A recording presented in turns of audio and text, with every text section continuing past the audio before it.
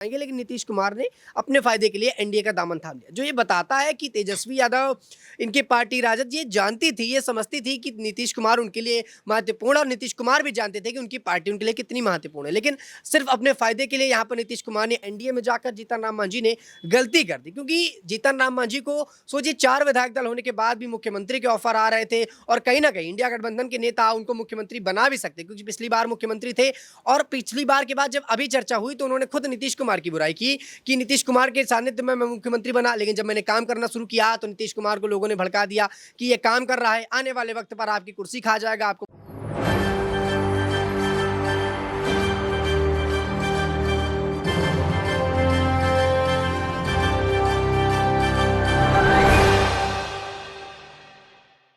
नमस्कार, मैं नाज़मीन खान और आप देख रहे हैं SPN 9 न्यूज। आप सभी का बहुत बहुत स्वागत है हमारे खास प्रोग्राम चुनावी अखाड़ा 2024 में। जिस बात का तेजस्वी यादव को डर था वो बात बिहार में हो गई। बिहार में हाई वोल्टेज ड्रामे के बीच में नीतीश कुमार ने अपना बहुमत विधानसभा में साबित कर दिया। नीतीश कुमार की सरकार जीत जाती है और तेजस्वी यादव की सरकार वॉकआउट कर जाती है। यानी कि यहाँ पर तेजस्वी यादव जो सुबह सुबह इतने आत्मविश्वास से भरपूर नजर आ रहे थे, जो दावा कर रहे थे कि वाकई खेल होगा, वो खेल अब तेजस्वी यादव के साथ ही हो गया। सबसे पहले नीतीश कुमार ने स्पीकर पद से अवध बिहारी को हटाने का फैसला लिया, जिसमें ध्वनि मत के साथ यहाँ पर झड़प पक्ष और विपक्ष के बीच में होती हुई नजर आई। उसके बाद देखने को मिला कि वोटिंग हुई और अवध बिहारी को हटाने के पक्ष में 125 वोट आए और यहाँ पर अवध बिहारी को स्पीकर पद पर बने रहने के लिए मात्र 112 वोट मिलते हुए नजर आए।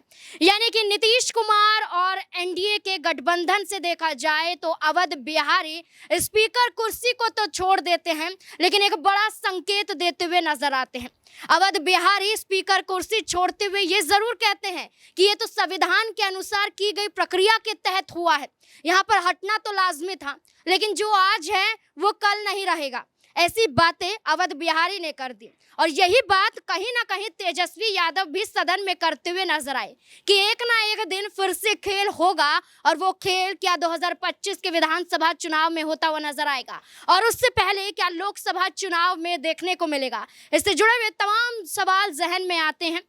मेरे सहयोगी आकाश मेरे साथ जुड़ चुके हैं, जानने की कोशिश करेंगे कि आखिरकार बिहार में नीतीश कुमार तो जीत जाते हैं, लेकिन क्या अभी भी कुछ भी बाकी है, क्या थोड़ी बहुत यहाँ पर आशंका तेजस्वी यादव को है। आकाश, जिस तरीके से देखने को मिल रहा है कि अवध बिहारी ने स्पीकर पद तो छोड़ा, लेकिन ये जरूर कहा कि जो आज है वो कल नहीं रहेगा, या वो संकेत दे रहे हैं कि चलिए आपने यहाँ पर धोखा तो दे दिया आरजेडी को, यहाँ पर धोखा दे दिया तमाम जनता को, लेकिन वही जनता आपको सबक सिखाएगी 2025 के विधानसभा चुनाव में और उससे पहले लोकसभा चुनाव में। क्या अब लोकसभा चुनाव से पहले नीतीश कुमार ने जो विजय हासिल की है, क्या जनता अब यहाँ पर सबक सिखाती हुई नजर आ सकती है? बिल्कुल, वाकई में देखिए नीतीश कुमार ने जो बिहार की जनता के साथ किया वो कहीं ना कहीं गलत था। नीतीश कुमार इतने टाइम से बिहार में रहे, बिहार की जनता को समझा, लेकिन नीतीश कुमार कहीं ना कहीं उस बात से पीछे रह गए जो जनता चाहती थी। आज भी नीतीश कुमार ने अपना फायदा देखा, पहले भी नीतीश कुमार ने अपना फायदा देखा था, कभी एनडीए कभी इंडिया गठबंधन, ये नीतीश कुमार का चलता रहा।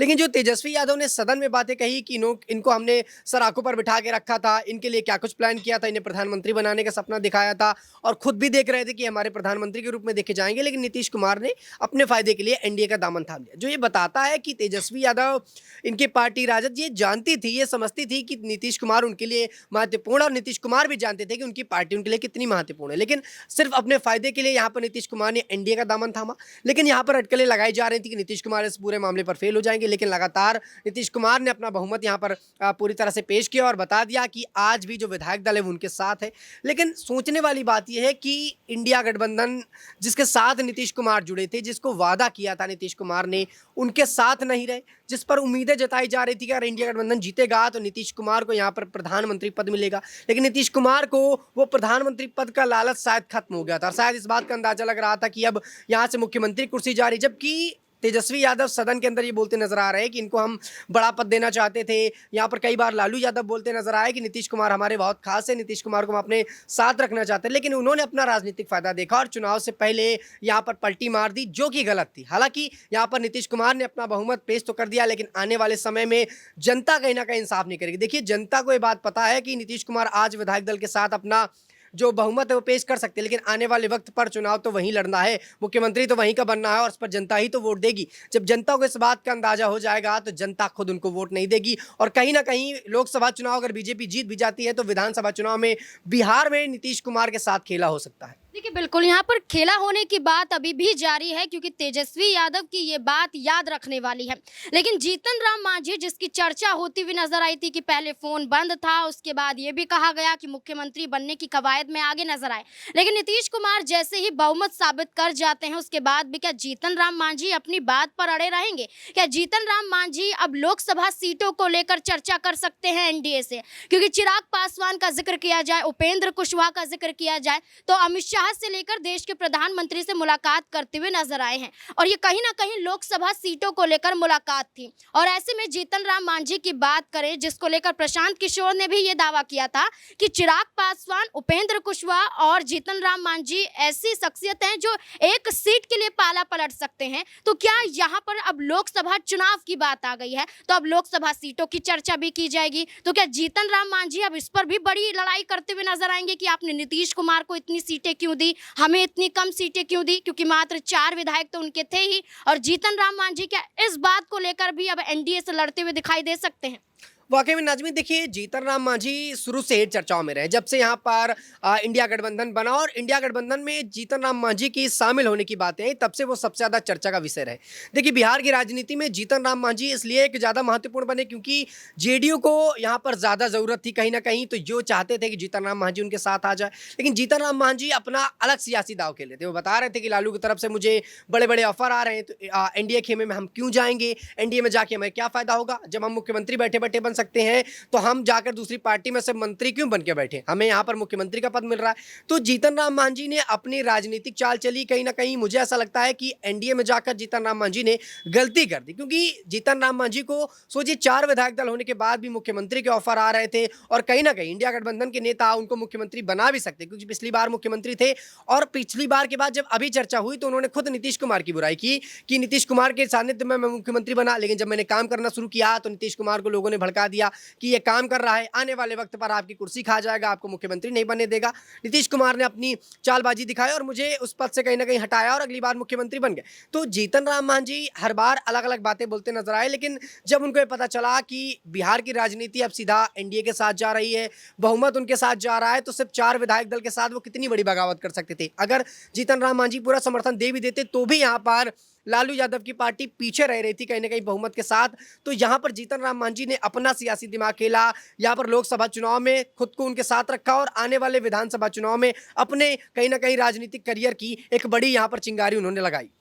अब यहाँ पर एक और सवाल आकाश बनता है आखिरी, कि अब इंडिया गठबंधन को अपनी मजबूती दिखानी है, क्योंकि अब सारा खेल बिहार में हो चुका है, लेकिन खेल सिर्फ अब कुर्सी का तो है, लेकिन कुर्सी के साथ साथ लोकसभा सीटों को लेकर है, जैसे कि मैंने पहले चर्चा की। लेकिन अब इन्हीं चर्चाओं के बीच में क्या तेजस्वी यादव इंडिया गठबंधन को मजबूती के साथ बिहार में पेश कर पाएंगे, या एनडीए अभी भी लोकसभा चुनाव के दौरान बाजी मारती हुई नजर आ सकती है?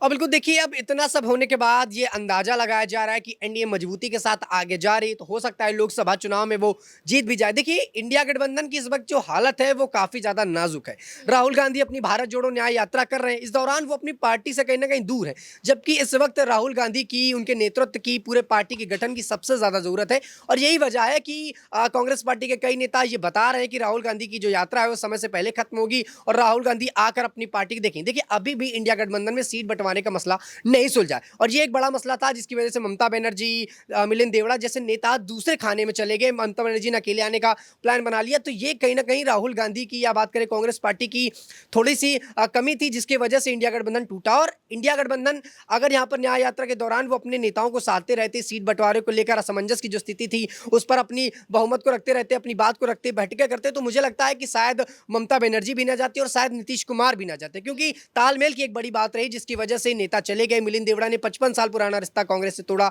और ये कहकर तोड़ दिया कि सीट बंटवारे को लेकर उनकी बातें नहीं बैठ रही। सोचिए, इतने साल का पुराना कोई रिश्ता अगर सिर्फ चंद सीटों में टूट रहा है तो मुझे लगता है राहुल गांधी को बैठकर उस पर बात करनी चाहिए थी। एक आध सीटें ना भी सही, कम से कम पार्टी तो सत्ता में आती, पार्टी तो कम से कम देश के अंदर उभरती। तो ऐसे में राहुल गांधी को आने वाले वक्त पर भी फायदा मिलता है। लेकिन कहीं ना कहीं उनके नेतृत्व में, उनकी पार्टी के आपसी विवाद ने, आपसी रार ने उनको लोकसभा चुनाव में काफी ज्यादा पीछे धकेल दिया है। और अगर उनको चुनाव जीतना है तो सारी पार्टियों को मनाना पड़ेगा, अच्छे से गठबंधन करना पड़ेगा, बातचीतों को रखना पड़ेगा। उसके बाद ही यहाँ पर लोकसभा चुनाव में एनडीए को टक्कर दे पाएंगे। जी बिल्कुल, यहाँ पर मेरे सहयोगी ने बिल्कुल सही बात बोली है कि अब सीट शेयरिंग को लेकर पेच जरूर फंस सकता है। जब यहाँ पर कई सालों से जुड़ी हुई पार्टियों को छोड़ देते हैं सिर्फ सीटों को लेकर। अब यही देखना होगा कि बिहार में नीतीश कुमार ने बहुमत का आंकड़ा 129 तो यहाँ पर सेट कर दिया, लेकिन क्या अब लोकसभा सीटों को लेकर भी ऐसे ही एनडीए के साथ जुड़े हुए नजर आएंगे? तमाम पार्टियां ऐसे ही नीतीश कुमार का समर्थन करती हुई देखी जाएंगी,